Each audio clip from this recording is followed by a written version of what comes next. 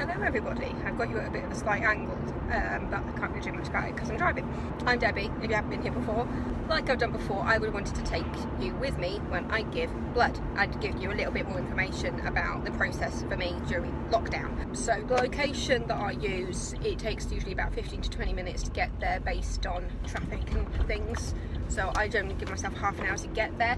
In lockdown, they don't like you to get there too early. So for me, it's just a case of if I am there a bit early, I can just sit in my car for a few minutes until I need to go into the building.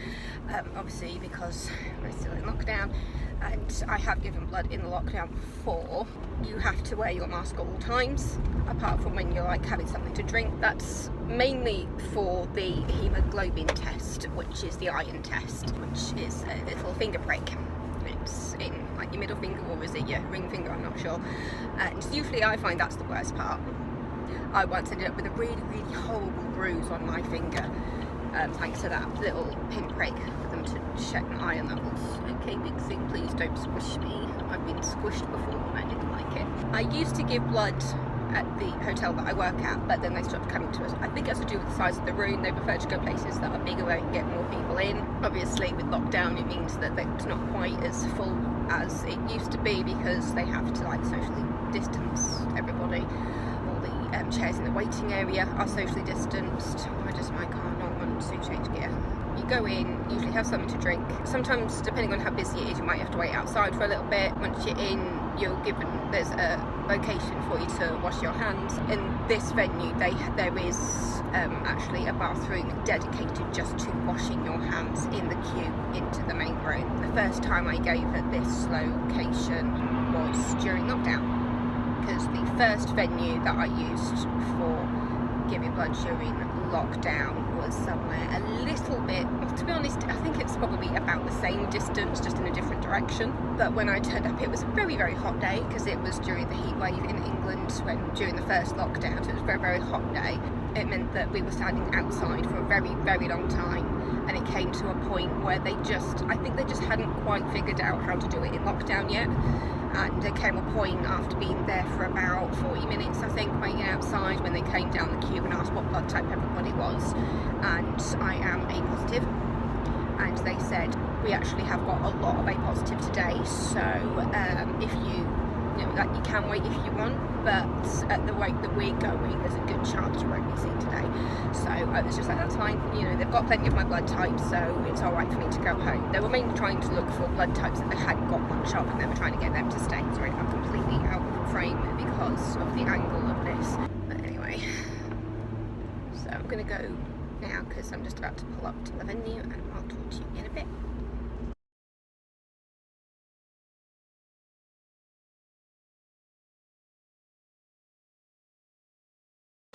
Don't know if you can hear me. I have to keep the mask on at all times. Got my exercises. This bit usually takes about 10-15 minutes.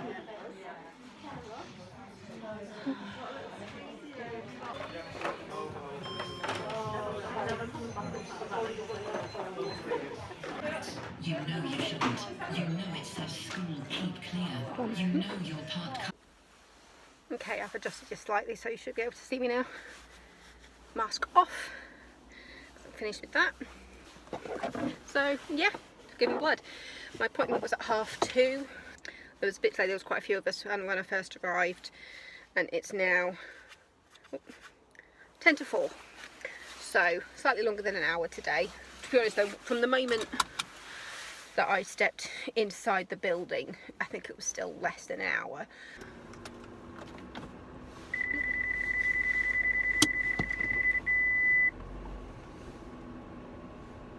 Behind me, is there? No.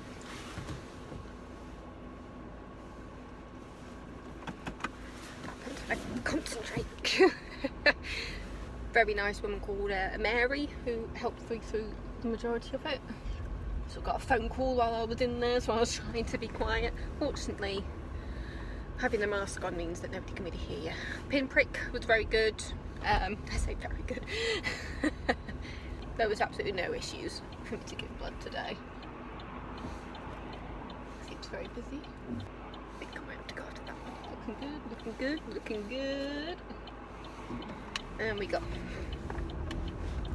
But yeah, smooth sailing. On the pinprick, she said it went straight to the bottom, which is a good sign. So there was no problem there. Again, as I always say, pinprick is definitely the worst part. The actual thing of having the needle go into your arm, it's more of a scratchy feeling. It feels like a scratch when it goes in, and then after that you can't feel it. So giving blood during the pandemic, it's slightly different than normal, but it's still, you still feel safe. As I said, you know, you have to wear your masks while you're in the building, but like if you're drinking or eating, like at the end of the session, when you're allowed to have something to drink and a bite to eat before you leave the building, obviously you can take your mask off while at the tables, because obviously before you could have like 6 people at one table, now it's just 2 people, one at either side of the table, so you're socially distanced. Yeah, it's just all done really well. They've spaced out all the seats in the waiting area so you don't feel as packed in. They've spaced out, because I mean generally the donation seats are spaced out anyway, but I think they've just spaced them out just a little bit more just to make it a bit safer. And then obviously because the nurses had to get quite close to you because they're sticking things in your arms. But yeah, it's a nice easy process. Sometimes it just depends on what time of day you're going and what day, because today's a Friday on at 2:30, so it would have been a bit busier.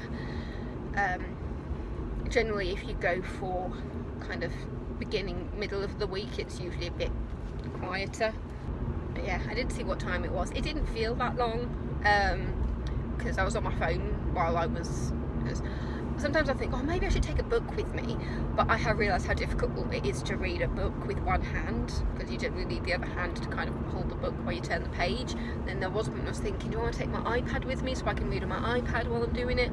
But it just seems a bit much to be taking my iPad to give blood, so I'd rather just chill and just scroll on my phone for 10 minutes, which 10-15 minutes depending on how long it takes. Generally my time for my blood to come out is usually just under 10 minutes. It's usually between 8 and 10 minutes for me. I've given blood a few times now. I had my 10 donor badge come through with the certificate. So does that make it like the 13th or 14th time I've given blood? So you kind of just get used to it. That was like a really weird thing to say. But yeah, I think I've definitely gotten into a certain habit. Like you get used to the sounds that the machine makes, because there's sound that it makes when it's finished, there's a sound that it makes like if you're not doing your exercise properly, if the blood isn't flowing enough. So I think when I first gave blood and I didn't really know what all the sounds really meant, you know, they come over and say, oh, you just like squeeze your arm a bit, maybe do like the because there's like butt exercises you can do. Yeah, it's literally just like clenching exercises, and it's just supposed to help the blood flow basically. When you give blood, you're given a couple of things to read. So when you first go, when you go to the waiting area while you wait for your name to be called, you've got a booklet to read. There's also something else you're given to read once you're in the chair. Yeah, it's just making sure you're fully prepared. There's also additional stuff on there for like if you're donating platelets, which is slightly different. There's special centres for giving platelets. I've thought about it. I think the nearest to me is in Leeds City Centre, and it can be a bit difficult to get to, so that's why I haven't done it yet. Maybe I will one day. To be honest, the parking in Leeds is a bit easier now, so I think it might be slightly easier for me to give platelets now. Again, it's not the idea of the fact that I don't like the idea of giving platelets, because the fact is, you know, I already give blood, so the idea of giving platelets isn't that big a deal to me.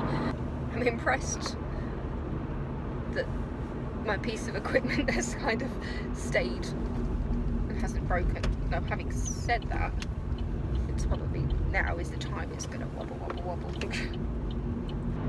Giving blood in the pandemic hasn't been that different, apart from the whole mask thing and the social distance. Everything else is pretty much the same, except that because normally it's on your first time giving blood, you're not allowed to have a hot drink.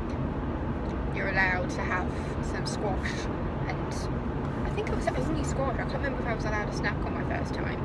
And then after that, you can have tea, coffee, snacks, whatever you want. And then thanks to COVID, they haven't been doing hot drinks. To be honest though, I think last time we were able to use the self-serve coffee machine.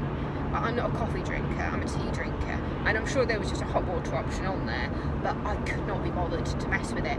So I just take my own juice and drink that. So when they come over to me and say, what do you want? It's just like, if I feel like I want a snack, I can say, oh, can I just grab like a crisp or a biscuit? But then I've got my own drink to drink from. So it minimises the contact there as well, which I think is a good idea. So we'd say I enjoy giving blood. I was saying to Mary, the nurse that was looking after me, I was saying to her how I actually find giving blood quite relaxing, because it's like 10-15 minutes in a chair and you don't really do anything. You just sit. Go, go, go, go. Yeah, you can just sit and just, you know, some people read, some people listen to music, some people just sit there with their thoughts. Me, I do a mixture of just thinking and then looking at Instagram or BuzzFeed or something, just for that 10-15 minutes, and just, yeah, just chilling. To be fair, it's definitely more relaxing when you're also working as well. Because obviously, having not actually worked since like, what was it, October, we were sent home again. But yeah, that was me taking you along to be giving blood. The reason I don't film as much in there is that even with the social distance, I just don't want to get a camera out in front of people. To be fair, it's not my camera, it's my phone.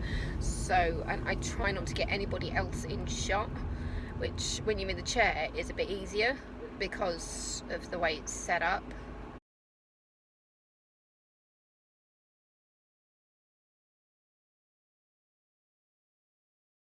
But yeah, so to sum up, giving blood during the pandemic has been different, but it's still really, really important.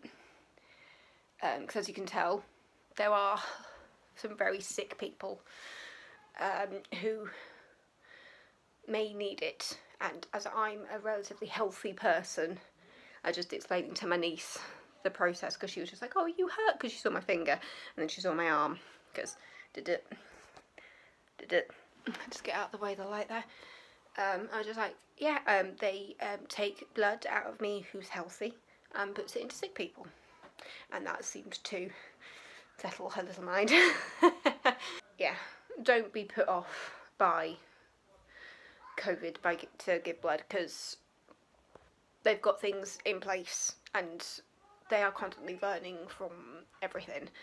I mean, they've even changed the numbers of how many people they can have in the building. I think they said it was 14 people allowed in at a time.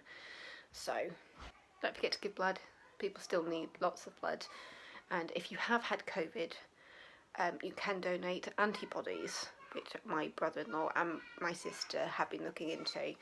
But yeah, so you have had COVID, your antibodies can save some other people's lives as well.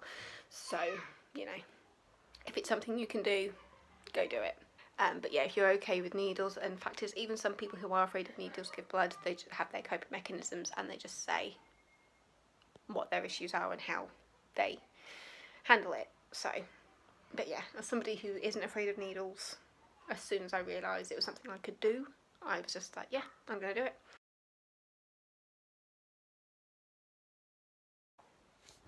Hey, so it's the next day, it's the day after I've given blood, and I don't think many people talk about what happens the day after, and basically you start to feel a bit dizzy because you gave blood for like 15 minutes. Can't remember how much blood it is they take out of you.